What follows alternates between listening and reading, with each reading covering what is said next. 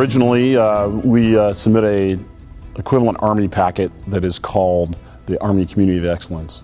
We decided to take another look at it, another approach, and use another agency, in this case the Rocky Mountain Performance Excellence here in Colorado, to help us as a local partner to improve as an organization. We've never had a civilian entity come in and take a look at what we do, and it's amazing because we have the processes there, and Malcolm Baldrige I think is more designed on the business aspect outside of the military, but the military with the everyday economy, the changing political aspects and everything else, we have to kind of go to a business mindset and how we do things and have a way to evaluate that.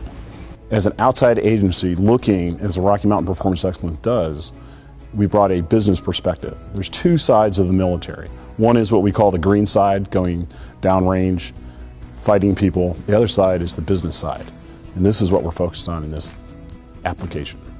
I was away for a few years on a tour, and I came back and they said, you'll be the facilitator for Army Communities of Excellence.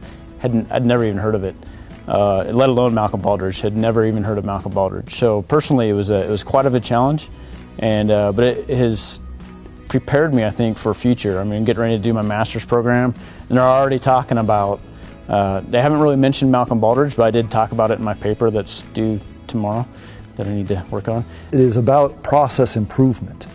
Cause you to stop and look at how you're doing something, and are you doing it well, and what have you done to improve it lately? When we got our site visit, we recognized a lot of facts that, wow, we really do have a pretty good process in place. And that's the whole reason why we wanted to do this, is so we can get an outside view of what we do. So when they came and actually did the site visit, it went from a theory to practice. When we had people that actually showed up and said, show me your work, show me your approach, show me your data to support that, it was a great technique for us to learn by. The military makes sure they study the soldiers, make sure they know the attitudes of the soldiers. We do command climate surveys to understand what's going on with the soldiers, and on an individual level. The Malcolm Baldrige criteria asks if we understand how they're being motivated and how they're being engaged, which is not questions we typically ask during our command climate surveys. So this revealed that, hey, do we actually understand what motivates them, what causes them to be engaged? Is there actually workforce dissatisfaction out there? These questions we are going to incorporate into further studies of our workforce, and I think will make tremendous improvements in how we view our soldiers.